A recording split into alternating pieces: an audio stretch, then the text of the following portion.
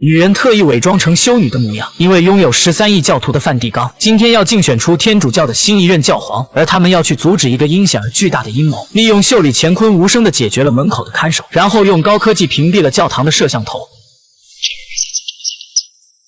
也就是说，他们要在杜雷蒂还没有继任教皇前拿到天使安德烈的骸骨，否则天下将迎来地狱魔龙的入侵。但他们还不知道，其实杜雷蒂早就察觉了他们的小伎俩。他发出命令，让自己的亲信拿上神素材料制成的武器，去阻击艾娃一伙人。很快，两方人马就展开了战斗。为了节省圣环的能量，几人以艾娃为中心，选择前赴后继的保护战术。即使看着队友在奋战，艾娃也只能隐忍。不过，毕竟对方占据人数上的优势。转眼间，艾娃被克拉用弩箭逼到了死胡同。危急时刻，院长及时出现，击退了对方。在掩护艾娃逃跑的过程铢看到了院长背部有镶嵌圣环留下的印记。原来曾经的院长也做过教会的修女战士，可时间很短就被圣环排斥，因此他感到自卑，所以从未对外提过此事。这就是他为什么一直对艾娃严厉的原因。他也是变相的恨铁不成钢吧。此时钟声响起，教堂也冒出滚滚白烟，这证明新一任教皇即将要诞生。于是其他人守住入口，而艾娃便准备进入墓室。之后他们看到了墓室上写着死者勿扰的4个字。然而在外留守的人却看到曾经的队友急忙赶来，但自从丽丝被恶魔带去过地狱，如今大家也不确定他是敌还是友了。不知此事的反派克拉却挟持了他，认为这样可以让艾娃一伙妥协。没想到最终他因自己的无知而买单。